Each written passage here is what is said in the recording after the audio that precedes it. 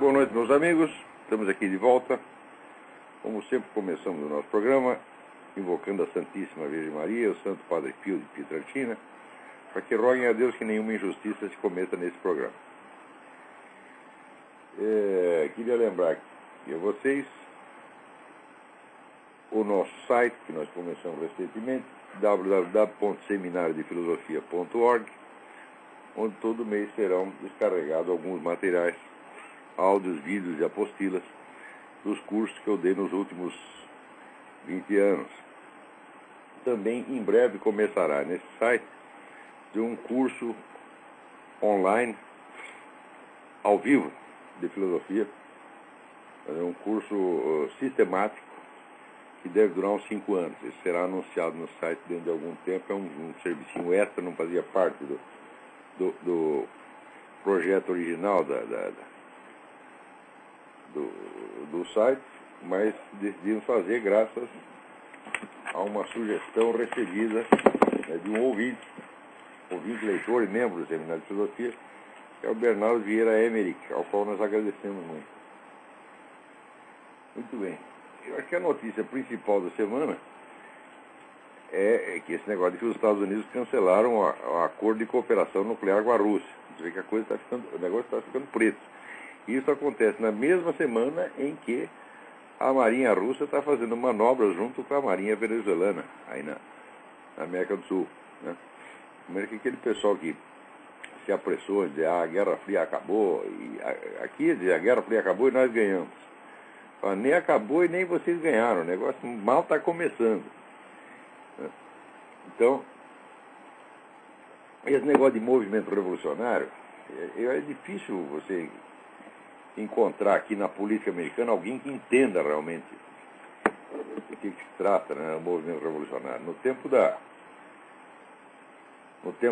daquilo que formalmente se chamava Guerra Fria, já não entendiam. Eles só compreendiam a ação comunista como, vamos dizer, uma extensão da União Soviética. Quando você via que tinha um movimento comunista em ligação aparente com a União Soviética, eles não ligavam.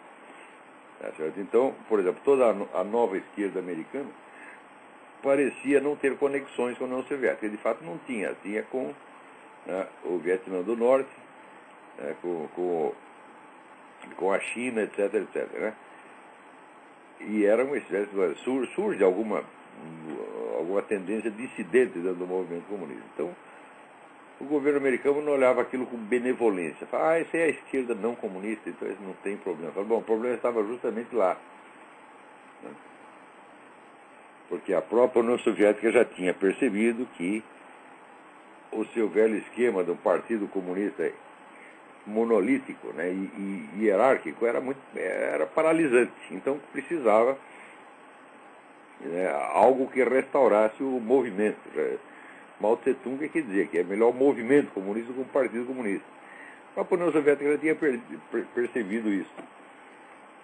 Então, daí que essa nova esquerda, que parecia ser inofensiva em comparação, vamos dizer, com a esquerda comunista tradicional, era ela justamente que era a perigosa. Por quê? Através dessa nova esquerda e de todos os movimentos, né, movimento de juventude, movimento feminista, movimento gay, movimento isso, movimento aquilo, a pluralidade de movimentos que se iniciaram ali, o que aconteceu foi que tudo aquilo que nos anos 50 era a opinião do Pravda sobre os Estados Unidos, se tornou a opinião dos Estados Unidos sobre os Estados Unidos.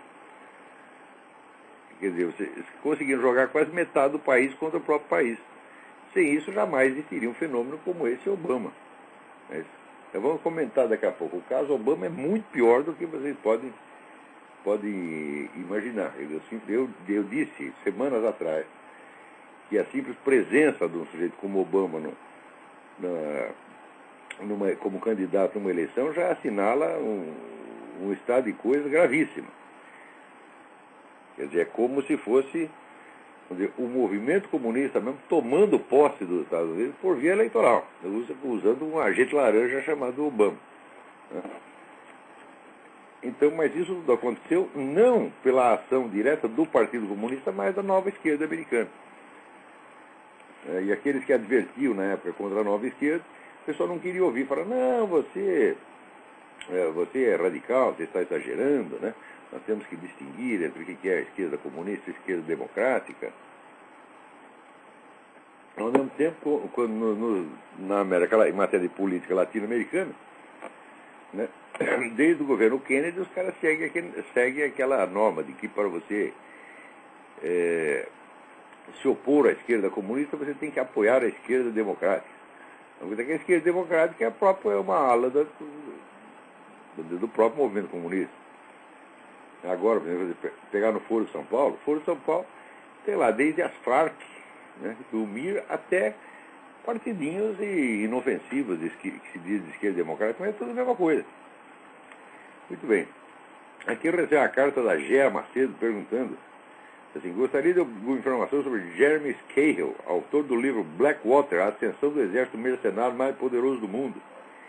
Tenho alguns amigos que, embora se considerem direitistas, são muito influenciáveis por qualquer mídia e, portanto, anti-americanistas. Vivo tentando esclarecer pontos, só que eles agora estão lendo esse livro e parece que estão cheios de argumentos concretos para debater. Os argumentos são concretos, é coisa nenhuma, já. Veja, esse negócio de que essa firma Blackwater, o exército mercenário mais poderoso do mundo, é só para quem não acompanhou o noticiário aqui, porque no começo da guerra, o que se dizia que os coitados dos empreiteiros da Blackwater estavam desprotegidos, estavam sendo, né, mortos que nem coelhos. E todo mundo protestava, toda a esquerda reclamando. Imagina, o governo americano coloca esses camaradas lá e não tem ninguém para proteger, os coitadinhos estão levando chumbo dos terroristas. De repente mudou a conversa, agora a Blackwater é o exército mercenário mais poderoso do mundo. Isso tudo é uma empulhação, pô. Agora, eu sei como é que é direitista brasileiro. Direitista brasileiro, assim, né, a coisa que ele mais quer na vida é ele mostrar para o comunista que ele é bonzinho, né? Ele ficar louco para poder concordar com o comunista em alguma coisa.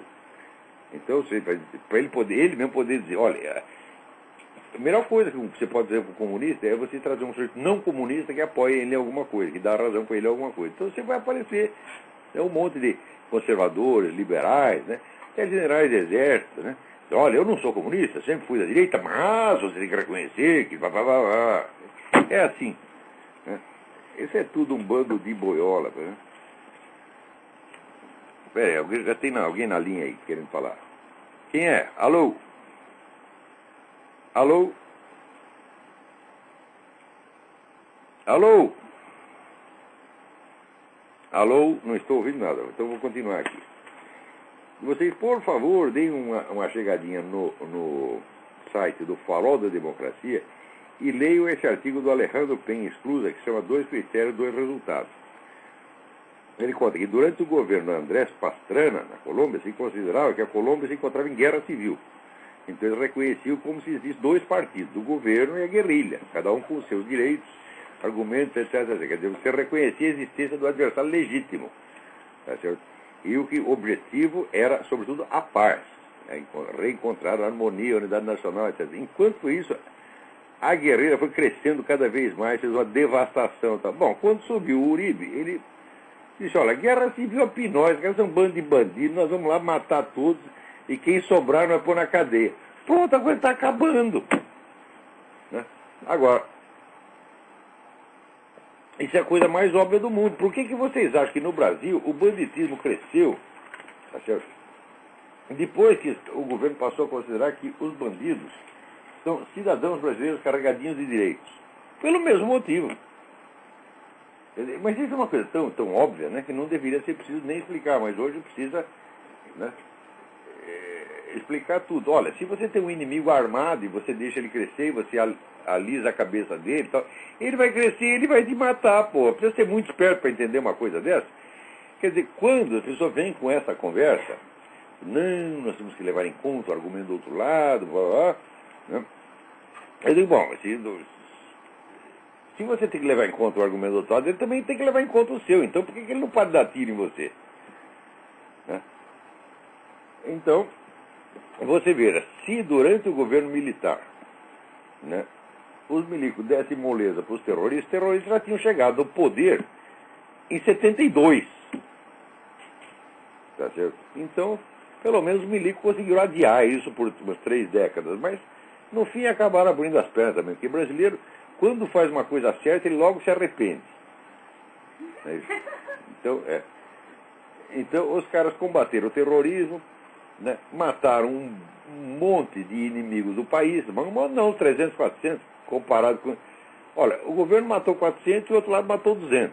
Um lado ganhou porque matou mais gente, é óbvio, né?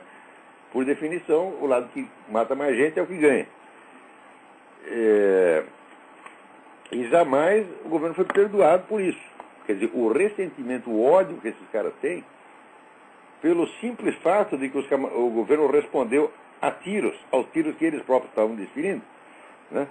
Eles querem dar tiro em você e que você fique sempre aos tiros aos que você responda. Não, o outro lado tem seus direitos, nós temos que ouvir, etc, etc. Daqui a pouco nós vamos ver essa coisa, como é que se coloca hoje em dia, né?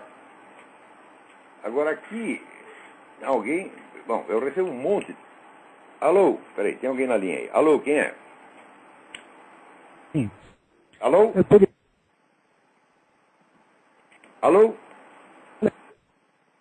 Não estou ouvindo nada, nada. Essa ligação está horrível. Então... Outra pessoa na linha. Alô, quem é? Alô? Todas as ligações estão ruins? O que será que acontece? Será que é o furacão Ike não está deixando as suas ligações chegar aqui? Aqui o Valmor Grade me pede: poderia sugerir um livro em português, caso haja algum que abordasse o erro espírita na mesma linha de René Guénon? Não conheço o Valmor. Não tenho a menor ideia. Houve várias polêmicas a esse respeito, mas não creio que nada no nível com que o Guénon abordou o problema. Agora, aqui, o Times de Londres dá uma notícia, assim, é de arrepiar os cabelos. Diz que o presidente da Coreia do Norte, Kim Il-jong, morreu de diabetes em 2003 e tem um sósia no lugar dele até hoje. Veja que coisa extraordinária, né? Eu sei que o Fidel Castro tinha 8 sósias. Quer dizer, o Fidel Castro apareceu não sei onde, podia ser, né, o Fidel Castro, né, 1, 2, 3, 4, Fidel Castro linha, 2 linhas, 3 linhas, né? E agora a mesma coisa na Coreia do Norte. Olha, o comunismo é uma palhaçada, então tudo é possível, eles são capazes de fazer isso mesmo, né? Só que eles não avisaram nem os amigos dele. Chega lá o Ahmadinejad, crente que está conversando com o Kim Il-jong e é outro cara. Que o Jong já foi pro Beleléu há muito tempo, né? Eu sempre achei muito estranho esse negócio dos governantes comunistas que dura 110 anos, 120 anos, quase 103 anos, né? Não é eles não, são outros caras lá, porra. Agora, eu aqui nesse programa eu só comento merda, só falo coisa ruim. Essa semana foi uma notícia excelente, né? Muitos anos atrás, um médico italiano, oncologista, especialista em câncer, ele observou uma coisa muito simples. Ele notou que em todos os cânceres sempre havia, todos os tipos de câncer sempre havia também, além do câncer propriamente dito, havia uma infecção por fungos, especialmente esse fungo Candida albicans, que é o que provoca afta, tá? E daí ele fez um raciocínio muito simples. Ele disse: mas peraí, mas existem centenas de tipos de câncer diferentes. A única coisa que aparece em todos é essa infecção por Candida albicans. Na época, a moda era considerar que essa infecção era o que se chama em medicina uma infecção oportunista, quer dizer, uma infecção que se desenvolve em cima de uma outra infecção. E ele diz: mas peraí, não é possível que os fatores fundamentais sejam os variáveis e o único fator constante seja acidental ou apenas uma infecção oportunista. Então ele fez a hipótese de que fosse a própria infecção fúngica fosse a causa do câncer. E começou a tratar o câncer como você trata uma afta, isso é, com bicarbonato de sódio. Claro que não é tão simples assim, porque não é questão de você tomar bicarbonato. Mas, o bicarbonato tem que atingir o tecido que está afetado. Então, né, usar lá uma técnica de arteriografia, uma coisa assim, esse negócio é meio complicado para poder fazer o bicarbonato chegar no ponto certo, né? E, para grande espanto dele próprio, os caras começaram a melhorar, né? O câncer regredia e sumia, né? Ele ia lá fazer 1, 2, 3, 4 aplicações, depois mandava o paciente para casa, você continuava fazendo em casa. Daí apareceu, né? Um cara com câncer no pulmão curou, com câncer na próstata, outro que estava com câncer horroroso no olho. Tá? O negócio começou a espalhar. Bom, daí criou-se uma revolta contra o fulano e em 2003 cassaram o título de médico dele, né? Ele recorreu na justiça e foi um bafafá, foi uma série de... Né, até hoje já tem muita... Se você procurar na internet, já tem muita gente dessas associações médicas descendo o cacete nele, mas finalmente agora, né, aqui nos Estados Unidos, na 36ª reunião da Cancer Control Society, em Los Angeles, o sujeito apresentou lá os casos, levou os pacientes, mostrou as fotos, atestado, paciente antes e depois, né? Apareceu alguns pacientes dando testemunho. Eu sei que o cara acabou sendo aplaudido de pé na convenção. Então ele finalmente, né? Ele foi vindicated, como se diz aqui. Então vocês deem uma olhada. O nome do médico é Tullio Simoncini. Tullio, Tullio, com 2 L, Simoncini, Simoncini. Deem uma olhada, porque esse negócio, eu acho que isso é uma grande esperança para a humanidade. Ninguém contestou essas curas até agora. Isso, inclusive, agora teve um paciente que estava com câncer na próstata, que tinha 3 semanas para viver, um americano, né? E não se conformou, né, estavam propondo aquelas tratamentos cirúrgicos que corta metade de você, né? O sujeito arranca o lado esquerdo dele, sai só andando para o lado direito, né? E foi lá tratar com o Tullio Simoncini e daí tá bom. Assim, a questão de semanas, o sujeito que estava morto tá saudável, né? E o cara ainda explicou, o próprio paciente explicou, e daí alguém me perguntou, mas o senhor é médico? Ele disse, eu não sou médico, mas eu sei ler livros e sei somar 2 mais 2. E o único médico que falou coisa com coisa, para mim, foi esse médico italiano, né? Então, vocês devem dar uma olhada lá. Me parece, tem um vídeo, né? Se vocês procurarem esta 36ª reunião anual, Annual Convention, Annual Cancer Convention, tem um vídeo da apresentação dele, vale a pena ver isso aqui, né? Mas se me parece que é verdade, e é uma coisa terrível, porque você vê, os caras já tentaram tudo contra o câncer, tudo baseado nos fatores variáveis, nunca no fator constante. Né? Agora, o raciocínio dele é altamente aristotélico, fala, bom, se existe uma causa, né, e existem efeitos secundários, não é possível que a causa seja variável e o efeito secundário seja constante. Isso me parece que é um princípio metodológico óbvio, né? E você diz, mas como é que ninguém percebeu isso? Eu falo, mas tem tanta coisa que o pessoal não percebeu antes, meu Deus do céu. Olha, eu fui editor de revista médica durante muitos anos. O que eu li de besteira ali, né? Eu lembro que tinha, naquela época, um dos conselheiros da nossa revista era o então secretário da Saúde, Dr. Carlos da Silva Lacarce, né, que tinha escrito um livro, umas 900 páginas, chamado Doenças Iatrogênicas. Doenças iatrogênicas são doenças causadas pela prática médica. Por exemplo, aqui nos Estados Unidos mora 200 mil pessoas por ano só de infecção hospitalar. Os dados sobre iatrogenia são difíceis de você obter. É quase impossível você encontrar dados totais. Mas se você procurar, né, doença por doença, você vai acabar achando. E naquela época o Dr. Carlos Silva Lacarce dizia que 60% das doenças são causadas pela medicina. De modo que se você proibisse a prática médica, diminuiria a mortalidade. Entendeu? Então, assim, médico você tem que, né, conferir aquilo onde ele todos... Olha, tem médico bom, claro, conheci médicos absolutamente geniais. Dr. Carlos Armando Moura Oliveira, Dr. Roberto de Barros, são médicos espetaculares. Os mais as antigas que sabiam tudo. Mas olha assim, quando todos os médicos concordam em alguma coisa, é aí que você tem que começar a duvidar. Você pode confiar em médicos, para você confiar na classe médica, não, só se for louco.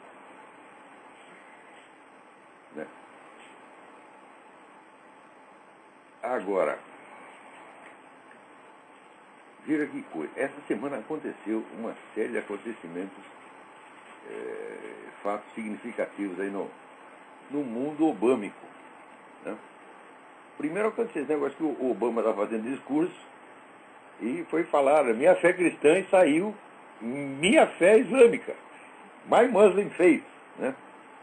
E daí o pessoal diz, não, mas isso foi apenas um lapsus linguae. Né? O lapsus linguae pode ser um ato falho, freudiano. Mas eu sei que quase no mesmo dia que ele estava dizendo isso, né, lá estava o Ahmadinejad, né, dizendo, depois que o Obama foi eleito, assim que o Obama foi eleito, nós vamos tomar o poder no mundo. Né? Como que diz, o Obama é a nossa esperança. Muito bem. Na mesma semana, também aparece o Obama, vindo com relação aos terroristas islâmicos, com a mesma conversa do André Pastrana, quando André Pastrana tinha que falar com a Farc. Não, o outro lado tem lá suas razões, nós precisamos dialogar. Né? Ou seja, ele está querendo dar moleza para o Hamas e o Hezbollah. Né? Bom, pior ainda,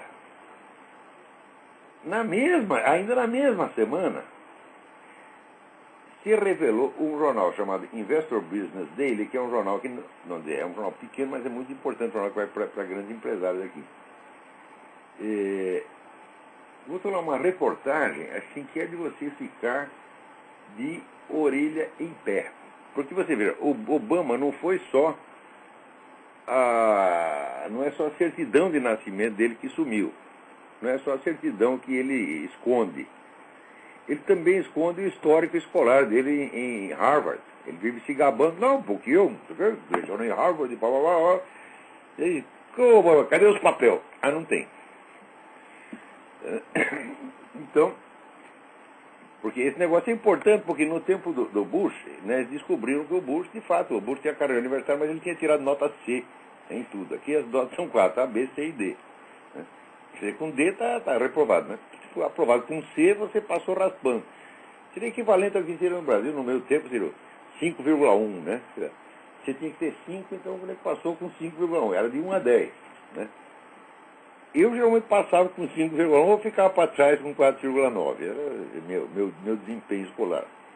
Mas eu não tinha o menor interesse na escola, né? E eu selecionava as matérias. Quando eu não gostava da matéria no primeiro dia, eu falava, eu não vou aprender isso aí não. Né? E daí eu largava, não assistia às aulas daquilo lá. Não gostei. E quando eu queria, eu ficava, assistia e aprendia. Mas aí veio com o Bush, fez a mesma coisa, então tirou média C. Daí fizeram aqueles canos, começaram a gozar da cara dele, daí foram investigar pelos dos outros. Né? O Al Gore era mais baixo ainda. E o John Kerry, então, nem te falava. Daí eles decidiram parar de investigar, esse negócio estava dando errado. Né? Então, agora está aí o Obama, não porque eu sou professor doutor, isso aqui, me formei magna cum laude, né? Mas não tem papel nenhum. Só que é pior do que isso, não é que ele tirou nota baixa. Ele tem motivo sério para esconder isso aí. Por quê?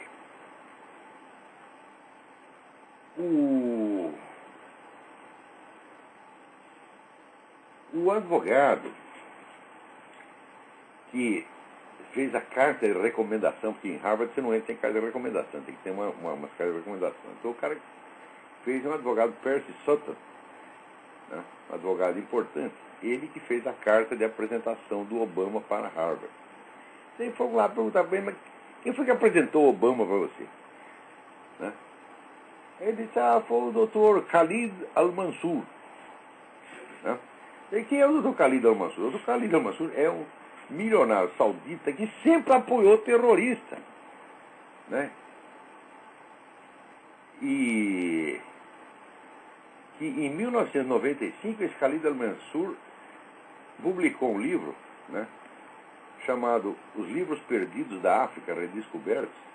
Ele dizia que os Estados Unidos estavam planejando um genocídio contra todos os negros americanos. Tinha um plano aqui ia matar todos. Né? E você vê que o sujeito é bonzinho, né? Então foi esse sujeito que apresentou o tal do Obama para ele. Então, peraí. O cara é apresentado por um sujeito desse, né? o Ahmadinejad está lá soltando foguete, porque o cara vai ser eleito, e depois que ele foi eleito, o Islã vai dominar o mundo. Né? E o sujeito está fazendo discurso e vai falar, diz que ia falar, My Christian Faith, e fala My Muslim Faith, dá com a língua nos dentes. Eu falo, olha, eu acho que ele falou a verdade.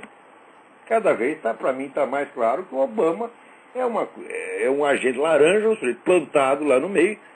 Né? É uma operação de uma cara de pau, de uma ousadia, de um descaramento fora do comum.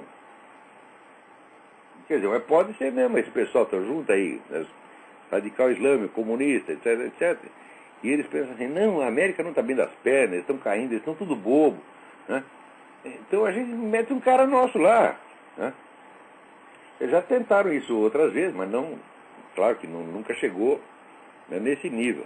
Mas eu, desde que apareceu a candidatura Obama, eu vi que é uma candidatura anormal. E tem algo de muito estranho ali. Não por ser um candidato negro. Eu falo, não, ao contrário. O candidato negro já é mais do que tempo ter o candidato negro. Já devia ter tido 20. Tá certo? Mas por que tem que ser logo esse, porra? Esse é muito esquisito. Né? Não tinha um negro mais típico, não? Entendeu? Esse cara é muito estranho. Ele não tem certidão de nascimento, ele não tem história escolar. Né? A família dele, ninguém sabe onde é. Metade da história dele é mal contada. Né? Ele escreveu 2 livros de memória no qual ele só falta dizer que tem que matar todos os brancos. Né? Ele não consegue falar a palavra branco, você dá uma rosnada. Né? Então é um cara bom para ser presidente dos Black Panthers, não para ser presidente dos Estados Unidos. Né? Então tem alguma coisa estranha por trás da candidatura Barack Obama, e agora está começando a aparecer. Né? Aqui, novamente, né? Essa semana, então, surgem novas e novas ligações do Obama com o pessoal, não diretamente terrorista, mas pró-terrorista. Aquela história do tal do Ayers, que ele disse, não, eu conheci superficialmente. Como conheci superficialmente? O Ayers é um cara terrorista. Conheci superficialmente coisa nenhuma. O Obama lançou a candidatura dele na casa do fulano, porra. Estavam trabalhando junto até agora aí, 2 anos atrás. A história do sujeito é toda cheia de buraco, de coisa encoberta, né? De mistério. E de como é que você pode votar num cara desse para presidente? Não? Alô, quem é? Alô? Puta, essa ligação é uma vergonha. Não entendo uma palavra do que você está falando, meu filho. Isso aí deve ser o Obama que está fazendo interferência aí, pô. Se não é o Obama, é o Lula.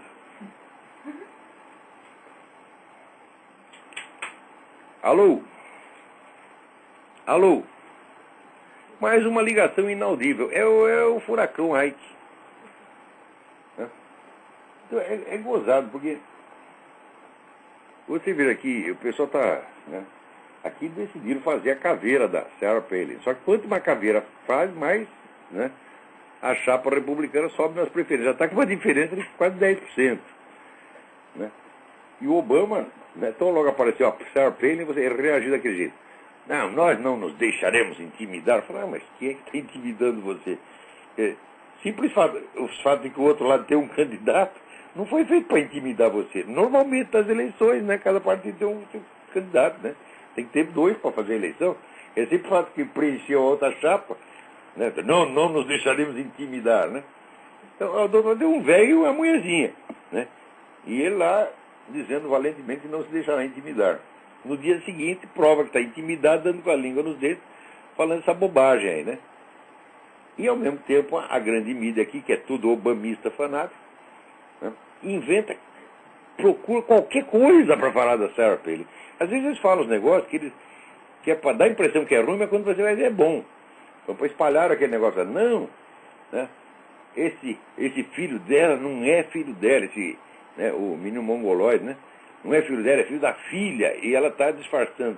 Daí você, olha, a mãe que fizesse isso pela filha seria uma santa. A sua filha tem um filho mongoloide e você assume o filho de que é seu para defender a filha. Você não seria uma santa? Aí sim, todo mundo ia ter que votar nela. A história era falsa, mas de tanto querer falar mal, o cara acaba falando bem sem querer, né? E fica procurando aquele negócio, que nem disse Ann Coulter, né? Eles descobriram, agora tem... Em 1978, o cabeleireiro dela teve uma multa de trânsito. Tá entendendo? Tem qualquer porrinha para falar contra a Serpent. Mas o mais bonito é assim, o Obama dizendo, ela não tem experiência. A mulher ficou 4 anos na prefeitura, mais 2 no governo do estado, então 6 anos de cargo executivo. O Obama ficou 143 dias, tem 143 dias de Senado. O Obama é um sujeito que está usando fralda. Quer dizer, imagina eu acabei de ser eleito para o Senado, fica lá 143 dias, né? Não dá nem 5 meses, de repente, vamos lançar você candidato a presidente da República. Falaram, não, isso é indecente, você tem que procurar um cara mais experiente, eu não sou tão cara de pau assim, mas o Obama é. Alô, quem é? Alô? Alô? Olha, hoje eu vou desistir dessa ligação porque não se ouve nada, está muito ruim mesmo. Tem alguma coisa... Alô? Desliga aí, não vai dar. Está muito ruim, eu não escuto nada do que estão falando, se é que estão falando. Então, o Obama muito metido, né? Apesar de ser um cara totalmente inexperiente, lá aceitou. Falou, presidente dos Estados Unidos, aceito. Não tem um de presidente do mundo, né? Um de papa, né? Um de imperador do universo, uma coisa assim, né? Não, Obama, não tem, só tem de presidência americana. Tá bom, então eu fico presidente americano mesmo, né? E é muito, muito esquisito isso aí. Então, esse cara, né, que nunca dirigiu nada na vida e que não apresentou no Senado um projetinho de lei sobre alguma coisa que interessasse. Né? Peraí, vamos tentar atender mais um. Alô? Alô? Olavo, sou eu, a Celina. Oi, Celina. Tudo bem? Tudo bem? Eu vi o seu blog, parabéns.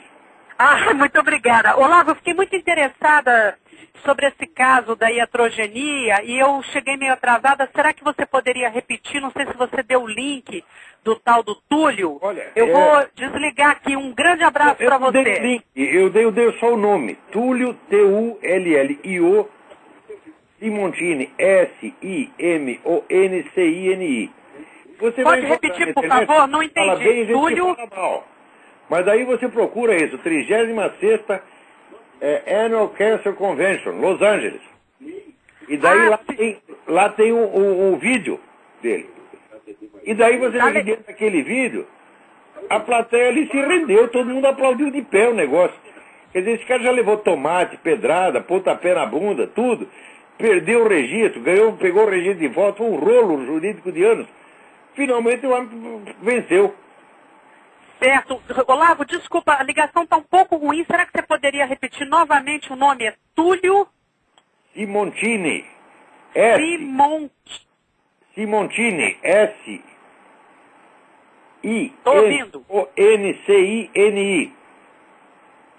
Ótimo. Muito obrigado, Olavo. Obrigado. Vou continuar ouvindo. Vou desligar. Um beijo a todos.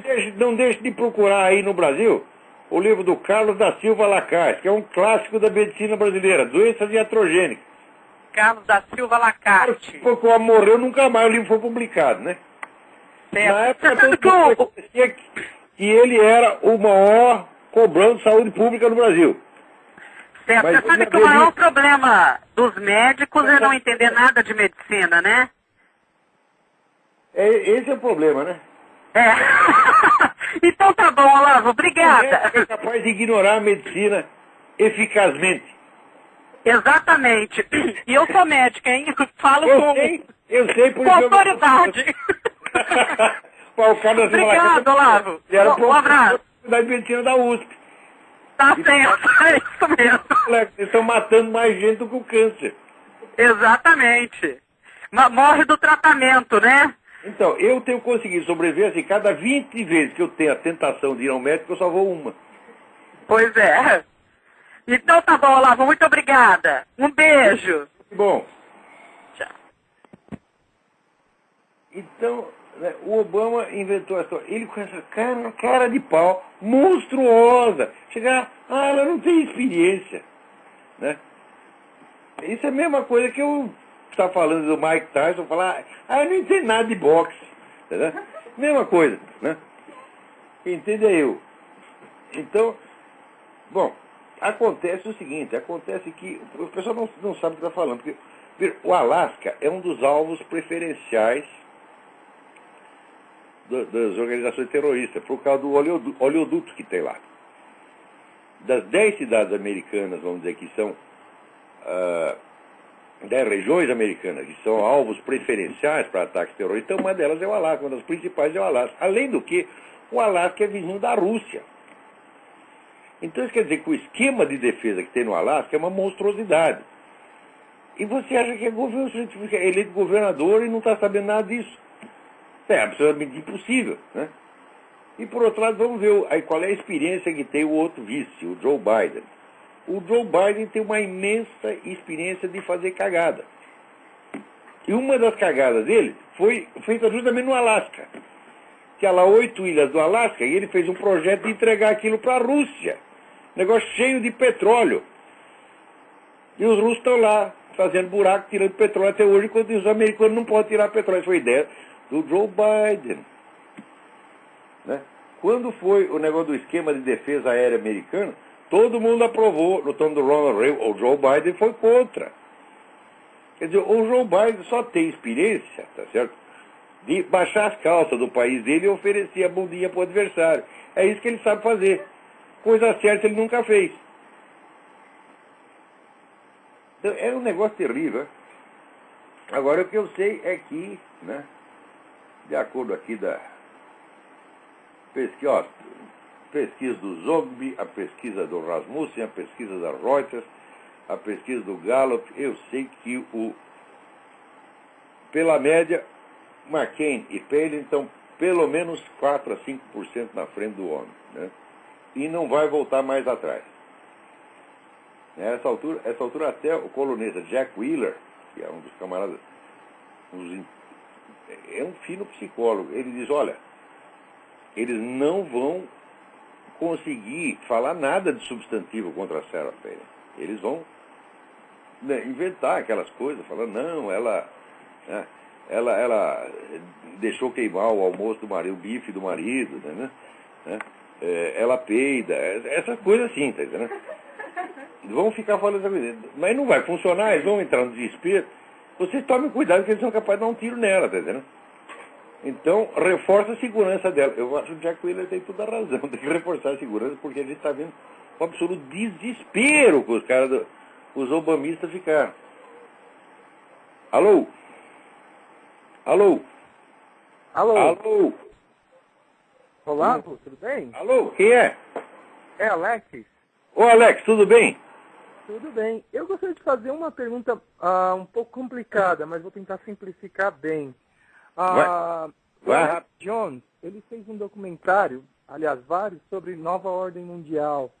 E ele afirma em todos os documentários que grandes líderes do governo, republicanos, né, como George Bush, estão envolvidos com nova ordem e são membros de seitas. O senhor pode comentar alguma coisa a respeito e falar? Sim, o Alex Jones. O Alex Jones, Jones ele tem muita informação e muitas das informações são preciosas. Né? Mas como todo mundo que estuda esse negócio de nova ordem mundial, teoria da conspiração, etc., você está vendo, ele acredita demais nele mesmo, de vez em quando dá uma rateada. Ele aderiu a esse negócio de que o 11 de setembro foi causado pelo governo americano, que o governo americano tinha plantado umas bombas lá dentro para implodir o edifício e tal.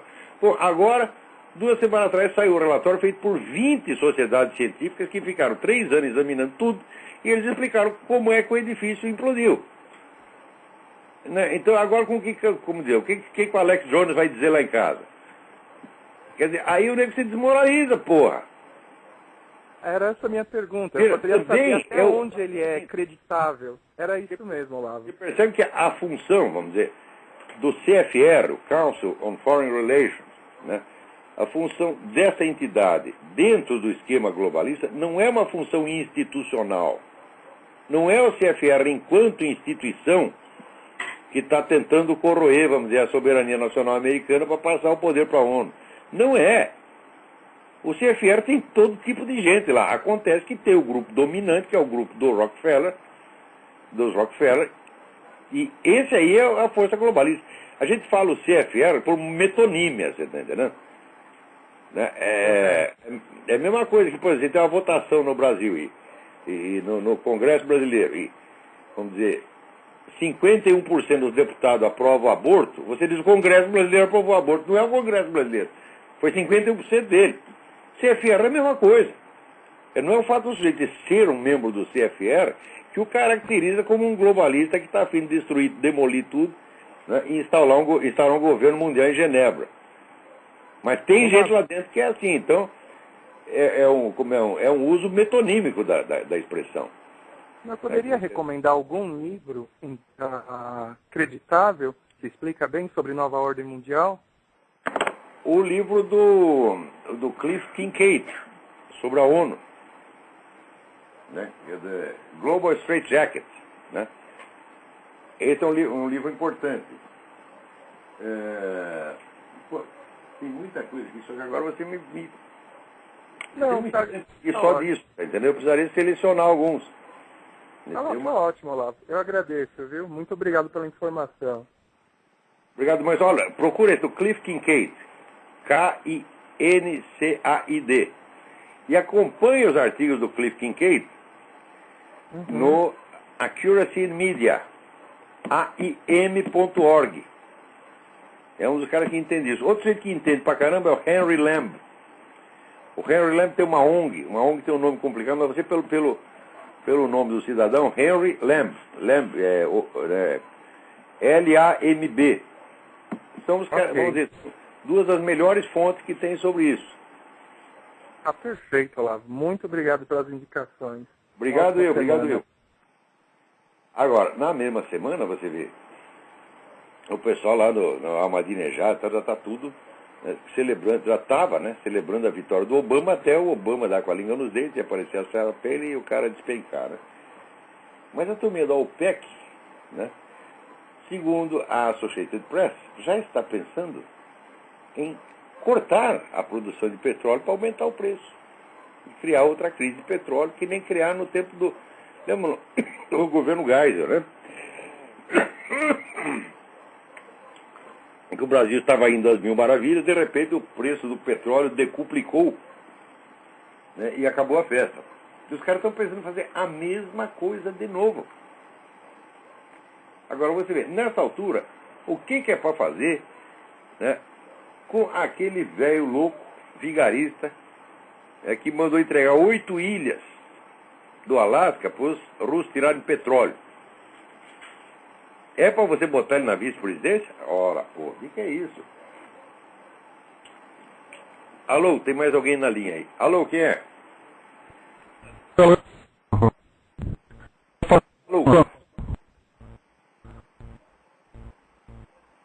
Não dá para ouvir. Corta essa, ficou muito ruim também, não estou ouvindo nada. Mas eu queria aqui contar um negócio para vocês, né? Vocês devem... Alô? Alô? Ligou, muito bem. Tá muito ruim, muito ruim. Então, essa semana eu tinha publicado aquele artigo Cadeia para ele, né? E daí o diretor da Hora do Povo ficou bravo, né? E quando ele ficou bravo, daí ele começa a me chamar de Olavinho, né? Então, quer dizer, claro, Carlos, pode parar com essa viadagem aí, né? Esse Olavinho, né? Essa intimidade aí, né? Já vê, só porque eu mandei botar você na cadeia, você já me quer sentar no meu colo e fica chamando de Olavinho, ó, pô, o que é isso? Daí botei lá um aviso, né? Um ardor anal que ele sentiu de repente, o havia enternecido e ele chegava a ser todo dengoso, agora chamado de Olavinho, né? Mas, essa altura, ele deve estar bravo, porque ele diz, não, ele só me xingou, né? Ele não respondeu aos meus argumentos, porque de fato ele botou lá o argumento. Ele não fala nada de mal de mim, ele só fala mal do Malcolm Muggeridge, né, que era o correspondente do Guardian, né, que foi o cara que denunciou ao mundo, né, o genocídio ucraniano. Genocídio, democídio, como queiram chamá-lo, né? Que não tem caráter étnico, chama-se democídio, quer dizer, a liquidação de uma população, mas não por motivo étnico, pode ser por um motivo político. Né? É o que, como diria Groucho Marx, não melhora em nada a sua situação, né? Fui lá, matei 8 milhões de pessoas, mas não sou genocida, porque não era étnico, os caras eram de várias raças diferentes, bela merda. Nesse sentido, nem o Hitler era genocida, porque ali dentro do campo de concentração tinha de tudo. Tinha judeu, tinha católico, tinha polonês, comunista, tinha tudo, né? Então o Hitler podia dizer, eu também não sou genocida, né? Como diz, não discriminei ninguém, matei todo mundo. Belo argumento, puta merda. Né? E foi o argumento do parlamento russo que protestou, dizendo, não, né? Nós não somos genocidas, nós ali na Ucrânia nós matamos 8 milhões de cidadãos soviéticos. Não, eu só matei gente da minha família. Puta vida. Então, bom, daí o Carlos Lopes fica ali bravo com o Malcolm Muggeridge e acusa o Malcolm Muggeridge de ser agente secreto britânico. Eu digo, olha, você ser agente secreto britânico ou ser agente secreto da CIA não depõe em nada contra o que você fala, porque isso aqui, Estados Unidos e Inglaterra são democracias, quer dizer, você trabalha no serviço secreto o tempo que você quiser.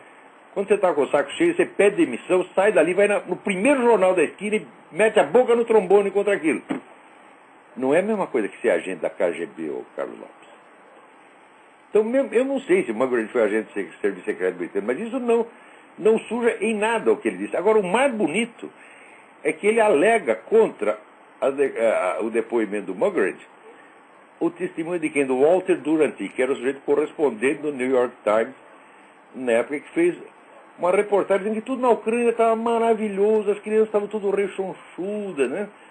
Comendo a dar com pauta, né? E que é o jornalista mais desmoralizado da história universal. Todo mundo sabe que o Duranty era mentiroso compulsivo. E ali aconteceu que o Muggeridge publicou a coisa dizendo o seguinte: nós dois estávamos na Ucrânia e nós dois vimos, né? Com o tempo, vamos dizer, o número de documentos e depoimentos que aconteciam ali e, sobretudo, a comparação dos censos, que eu mostrei que o Carlos Lopes estava mentindo, porque ele fala os censos e não cita nenhum. Daí eu fui lá no Livro Negro do Comunismo, nos páginas 185 da primeira edição, está lá citado os censos com fontes soviéticas, né, e diz exatamente o contrário, quer dizer, a população estava diminuindo, não estava crescendo, como diz o Carlos Lopes. Então agora ficou brabo e apela à autoridade do Walter Duranty. Digo, mas o que é isto, porra? Né? Mas eu achei que era nem o caso de discutir, eu só assinalei essa súbita paixão do seu Carlos Lopes pela minha pessoa. Que comunista é assim, você bate neles, logo começa com viadagem para cima de você. Agora, esse negócio do Carlos Lopes não é coincidência. Por quê? Na Rússia, tem uma orientação nova do governo russo que é para restaurar a imagem de Stalin. Por quê? Porque o Putin quer ser o novo Stalin, então tem que restaurar a imagem do antecessor. Né? E imediatamente, esses pau-mandados deles, esses Carlos Lopes, Quartinho de Moraes, imediatamente começa a aparecer, como se fosse do nada, artigos a favor de Stalin. Quer dizer, isso não é uma questão de opinião do seu Quartinho de Moraes, opinião do seu Carlos Lopes. Não, isso é orientação direta, de lá da cúpula, é o Comitê Central que decidiu. E a putada tudo diz amém. Né? O que quer que eles mandem escrever, ele escreve. Olha, escreve aí que 2 mais 2 dá 5,5. Todo mundo, 5,5, 5,5, 5,5. Né? E aí não para, né? Agora, um outro aqui, o Edson Mauro, né, me manda um comentário feito pela Miriam Leitão sobre as eleições americanas, né? É claro, no Brasil todo mundo, até os que se dizem direitistas, eles são loucos pelo Partido Democrata. Você vê, o partido PFL não virou DEM para se inspirar no modelo do Partido Democrata, que é o partido do Fidel Castro, o partido do Ahmadinejad, o partido do Hugo Chávez. Isso é a direita brasileira. Puta merda, né? Daí, A Mira Leitão escreve que no outro partido é tudo racista, que o Partido Democrata é o partido da democracia racial. Essa idiota não sabe nem que a turma do Ku Klux Klan era do Partido Democrata. Ela não sabe nem que Abraham Lincoln era do Partido Republicano. Ô Mira Leitão, vai estudar, mulher, porra. Que é isso, né?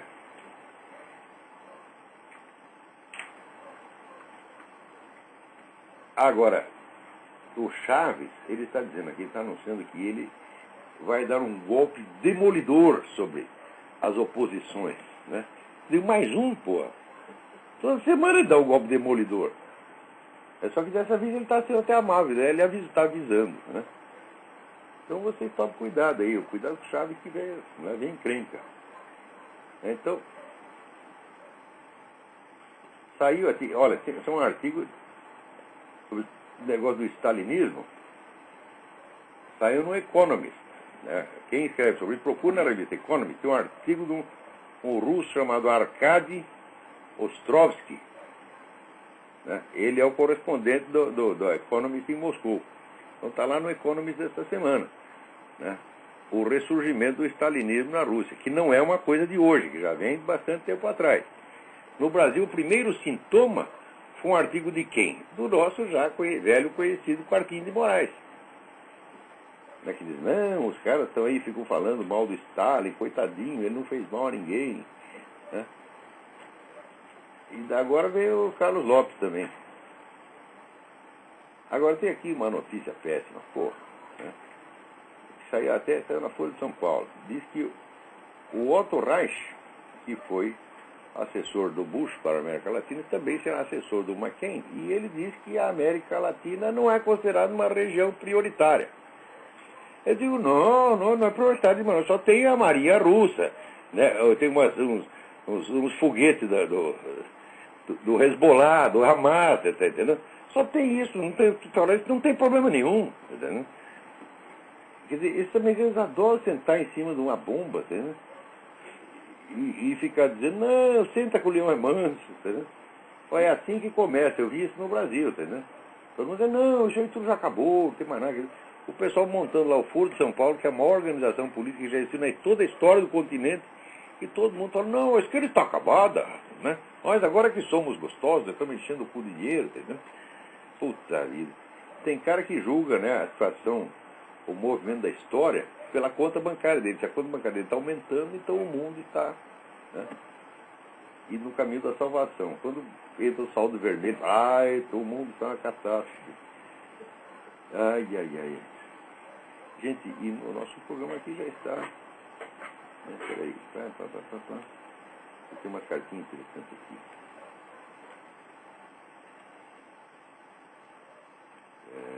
Que é a cara do Fred Studart, eu vou deixar para outro programa, que é preciso uma resposta mais complicada. Agora, aqui o Marcos Ludwig, ele traduziu vários trechos aqui do livro, eu falei para vocês do livro do Peter Schweitzer, Makers and Takers, ou seja, gente que faz, gente que toma, né? Que é uma pesquisa sobre a conduta, né, dos esquerdistas e conservadores. E os esquerdistas vêm dizer que os conservadores são pessoas egoístas, que só pensam em si próprios, etc. Mas é uma imagem, é um estereótipo. Quando você vai ver, agora vamos pegar assim, as pesquisas de opinião, né, e as pesquisas de preferência de mercado. O Peter Schweitzer usou muito material das pesquisas de mercado, né, e foi ver que a conduta era exatamente o contrário, né? Então, aqui ó, um trecho interessante, né? Os esquerdistas modernos, aqui nos Estados Unidos se diz liberal, mas liberal é esquerdista, né? O que no Brasil se chama de liberal, aqui se chama de conservativo, né? E o que no Brasil se chama de esquerdista, aqui é liberal.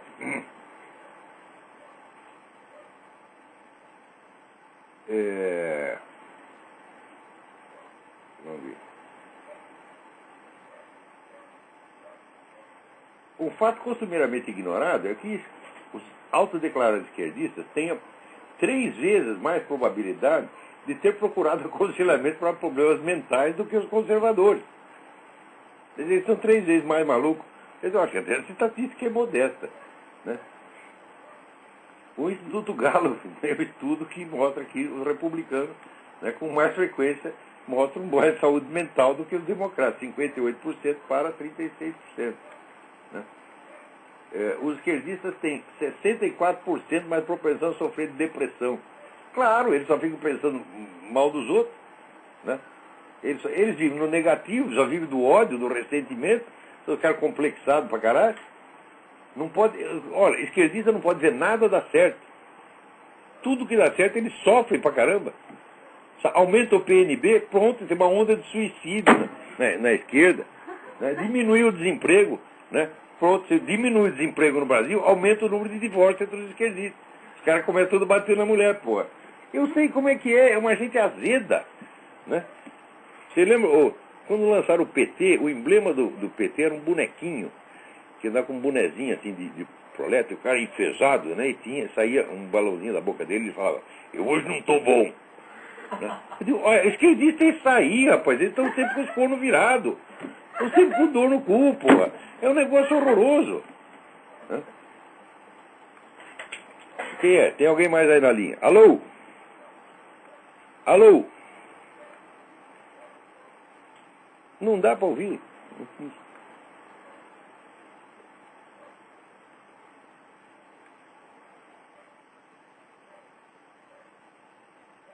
E olha aqui, General Social Survey, é uma pesquisa feita pelo governo. Quando perguntaram se tinha alguma vez problema de saúde mental, 30% dos esquerdistas disseram sim. E só 5% dos conservadores. Então os caras dizem, não, mas isso aí é porque os esquerdistas são mais sinceros ao responder as perguntas. Só que também tem pesquisa sobre isso. Os esquerdistas mentem muito mais nas pesquisas do que os conservadores. É um negócio. Olha, esse livro vocês têm que ler, Makers and Takers. Alguém tem que publicar isso aí, para acabar com essa autoimagem de santidade. Eles acham que são santinhos, né? Bom, mas na verdade, o que conta não são os fatos, tá entendendo? Não adianta você contar os fatos para os caras. O que interessa é que isso é uma narrativa. Eles aprenderam isso com o Jacques Derrida. Nós temos a nossa narrativa e você tem a nossa narrativa, a sua narrativa. Né? É uma competição entre narrativas. Então, pô, os caras não aceitam nem que exista uma realidade. Você fala para eles que existe a realidade, eles ficam bravos. Né? Mas, ao mesmo tempo, eles querem continuar usando as palavras mentiroso, vigarista. Né? Mas como podemos ser nós vigaristas se você nem acredita em realidade? Você não tem nenhum compromisso com a realidade. Né? Quer dizer, mas, na verdade, esse pessoal mentiu tanto que, no fim, eles tiveram que inventar uma teoria do negócio e inventaram o desconstrucionismo. É que, retroativamente, não é que a gente mentia, é que não existe realidade. Daí fica tudo limpo. E ainda tem gente que leva a sério esses caras. Olha, eu vou dizer um negócio para vocês. Esquerdista não é gente, esquerdista é macaco. Não é um problema que eles são pessoas boas com ideias erradas. Claro que não são pessoas boas, é um bando de vigarista. E essa sem vergonha deles pega, porque vai passando padrões de conduta. Né? Você pega um tipo assim, bem corrupto, ladrão, safado, que tem tudo Lula, né? E santifica. Daí todo mundo começa a seguir esse modelo de santidade, porra. Santidade é o mensalão, santidade é o assassinato do Celso Daniel. Né? Santidade é você entregar um estado inteiro da federação para um organismo estrangeiro, isso que é a santidade dele. Né? Então, todo mundo olha e fala, o sujeito jovem olha, mas eu também quero encher o cu de dinheiro e ainda ser considerado santo. Quem é que não quer? E por que nós vamos respeitar esses caras? Né? Olha, infelizmente não dá para xingar eles mais porque acabou o programa, senão eu ia falar mais umas meia dúzia aqui. Então, até a semana que vem, muito obrigado a todos.